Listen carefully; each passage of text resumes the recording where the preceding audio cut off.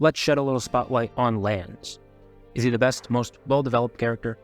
No. Is he my favorite? Definitely not.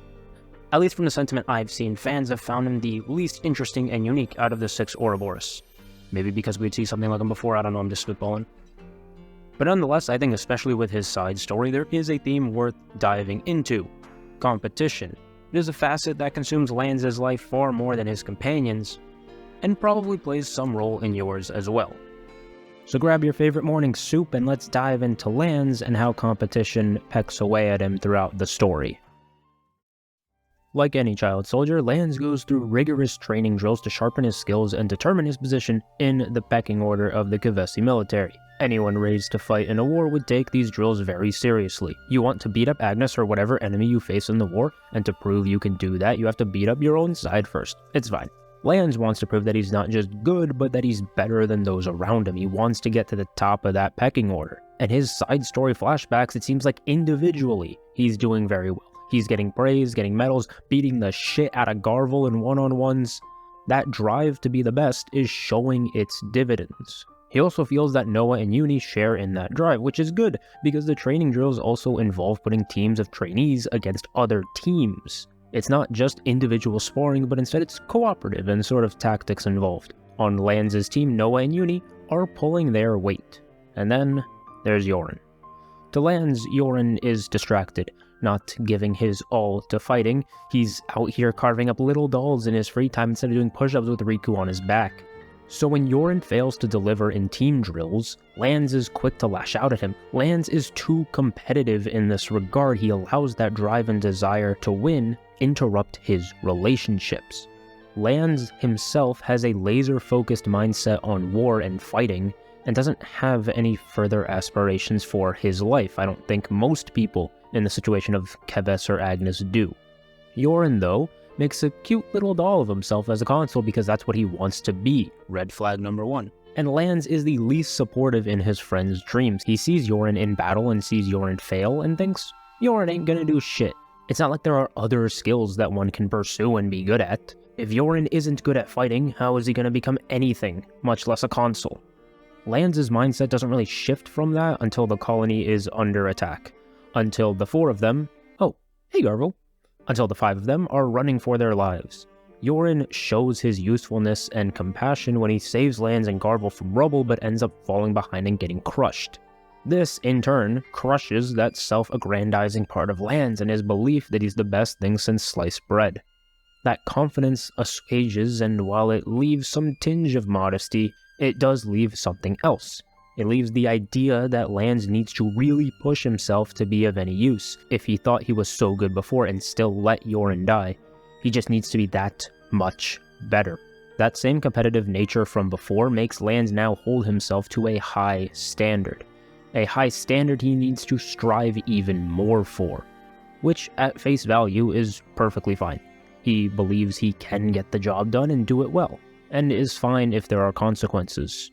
Some can see becoming Kevesi Special Forces and even Ouroboros as making it to the top, Lanz achieving that dream of being the very best. But Lanz isn't at the top in his mind. The goalposts have just moved. Again, fine at face value. Others like Tyon see this and feel Lanz still has all that confidence he had from his younger days. Lanz always describes it as just plodding along. He says it to Tyon, he says it to Mio 2 chapters later, just facing whatever comes in front of him, continuing on a hamster wheel of fight after fight, an emotional front of confidence that he puts on for this reason. Until Consul Joran comes along. Now faced with the return of an old friend as Mobius, Lanz's strategy of moving forward and not really thinking doesn't work. There's now some more stakes and regret thrown in. He's not going to blindly run through the race anymore when Joran is one of the hurdles. He reflected on his own purpose and desires when Joran first died, and now is forced to do that again. The issue is that plodding along will only get Lanz so far if he doesn't properly hash things out with someone. It would be much easier for him to do this if he actually talked about anything. The issue is, as an Ouroboros pair, Sena and Lanz are closed books. They do their best not to share anything with the other, trying to deal with their problems on their own. It is not until Ligart Prison where Sena opens up about how she admires Lanz's confidence. But that's just an emotional facade that Lanz now opens up about. He admits that he acts strong in order to pump himself up and overcome his weakness, so that he can just kind of fight blindly in a way. But above all, Lanz wants to be stronger to protect those close to him, to not let Joran happen again. Except it's hard to do that when you're just a side character, when you don't have the Monado, or the Aegis, or the Sword of the End, and that is something still pecking away at Lanz, that he's stronger but he still hasn't done anything of note, that he spent all this time competing and he may still not be able to prevent another Joran incident. And he's faced with that situation not long after. It is a losing battle against N with no hope of winning. Lanz and Sena try to make their mark and find value in their shared weakness by overheating into an annihilation that will take out N and themselves. Long ago, when seeing someone do something similar, Lanz called them a dumb clod. Lanz is taking a cue from Joran and putting his own life on the line for those whose lives he thinks are more important. Lanz is now on the other end of the rope, going against the will of those he seeks to save and trying to make something useful out of his efforts, guarding the lives of those close to him with an absolute last resort. He sees his life as just a stretch of fights, a stretch of battles that he must win.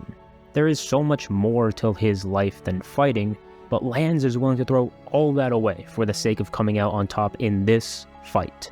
His relationships, his friends, Mio's soup. In Lanz's mind, they all pale in comparison to fighting and to winning. No matter how irrational, it must be done at all costs. Annihilation is a decision Lanz makes without thoroughly thinking of the entire picture. If Lanz was so racked with guilt and pain when Joran sacrificed his life, how would Noah, Uni, and everyone else react under a repeat of that circumstance? There are lives beyond his own that Lanz's life has touched. Even if Lanz is selflessly doing his best to protect people, it still comes from some selfish motivation to prove something to himself, to prove that all the time and effort he's spent working up the ladder, becoming Kavesi Special Forces, becoming Ouroboros, has meant something, has meant that he's more capable now than he was when Joran died, has meant that he doesn't need Ethel to come save the day. Only it's X that comes to save the day and take away Lanz's final gasp at victory, to put a stinging loss back onto his record, with more to come at the eclipse. Prison and the subsequent eclipse is more about Noah and Mio, so the plot departs from Sena and Lanz's suicide run. Maybe the duo just needs to go in for some therapy on how to better guard lives, including their own, but the line is getting pretty long. We do have Lanz's side story though in the meantime, and that gives us a good amount of meat back on the bone. The side story was supposed to be the only thing this video covers, but you can see how well that went. The quest kicks off with Lanz and crew viewing a Lost Numbers training session in the city. Whether they're child soldiers or not, Lanz does seem to empathize with their mission to rise to the top and become a chosen Ouroboros and fight against Mobius. He gets a view on how even here in the city, they are entrenched in war and in competition. In spite of that, there's still this street performer in the main market. This street performer leads a fulfilling life that has no training, no battles, and no competition. Lanz cannot fathom the idea that this guy doesn't desire to be in war, and that someone can serve some societal function outside of being Mobius. To be fair, that's all Lanz knows. No one in Colony 9 does anything like a street performer. They're all fighting, tracking resources, repairing Levnesses, or harvesting spuds. He doesn't see any purpose in a line of work that just leads to happiness for the person and the people around them. There is no desire from the street performer to beat someone else up. It's just a desire to create some joy in a war-ridden environment. Lanz needs to understand that there is fulfillment in that. There is fulfillment in being content and just living your life. And we're going to sidetrack away from Lanz real quick because there's another character that tries to live outside the societal norms of his group, and that is my boy, Captain Trite. Trite, being Mobius, is expected to be hunting down the Ouroboros, manipulating his colony to get every last morsel of flame out of them. But he's not. He's chilling. Other Mobius entertain themselves with their control over colonies, toying with lives the way we've seen K, W, and every other letter of the alphabet do. Trite's just chillin'. Trite's entertainment comes from the pirate's life. He runs little games and goes on hunts to gather the finest booty. Come to negotiate, eh? Have you slimy git? Look what I got. I got a jar of dirt, I got a jar of dirt, and guess what's inside it? He talks about what fun he has and what fun other people would have when they're free from the flame clock. What these people who are tied up in war would do if given a true choice over their lives' direction. I think about Dougie, best strong man I ever saw. Now that he has that freedom as Mobius, that's what he wants to do with his life. Have fun. He feels no burden from what he's supposed to be doing, from what his role in the war should be. He just wants to be happy, and not lording over his colony in a never-ending race to get as much flame out as possible. He is essentially a street performer wearing Mobius clothes. Trite doesn't want more control in flame. In fact, he wants less. He wants to live. Now, regardless of the juggler or Trite, Lanz is still beholden to fighting, still beholden to being a circumstantial saver of the world, the whole Ouroboros deal. And so he's off to go secure some cradles with the soldiers from the city. There's even this little altercation where we see that tough guy facade Lanz talked about in Ligart play out. As the Ouroboros gang fall into a Mobius trap, Garville and his gang roll up, calling themselves an elite Kavesi unit, which is utterly hilarious since they're only 12 years old. It is a title that they wear proudly because someone else gave it to them, that someone being their consul and her praise. And the consul has even more special arrangements as well, outfitting the unit's flame clock to absorb their own fallen soldiers as well. She adds a more direct layer to the competition within a colony. As such, Garville couldn't care less if his teammates snuffed the bullet. It is now to his benefit to leave deadweight to die, to absorb the flames of his unworthy comrades to get ahead in the pecking order, to get ahead in the competition. It's something a younger Lanz may have been elated at the idea of. But now, this kind of stuff being spouted so clearly from someone who wouldn't have even gone through puberty on Earth seems so asinine. It seems so silly to place kids so young in these kinds of rat races, to make them believe their worth is inexplicably tied to some vague output, to not only climb to the top but also punch others down the rungs. Surely there's nothing in today's society that would do that to the younger generation. It's a mindset a younger Lanz would at least partially believe. But now he's growing out of that for reasons that can be seen when Garville is free from the flame clock. Now, with no direction given to him, with no vague output to chase, Garville becomes lost, unsure of what there is to do if he's not competing to be the best fighter. It again fits well into the real world, as students can leave a system with unclear output and enter a world with even more unclear output.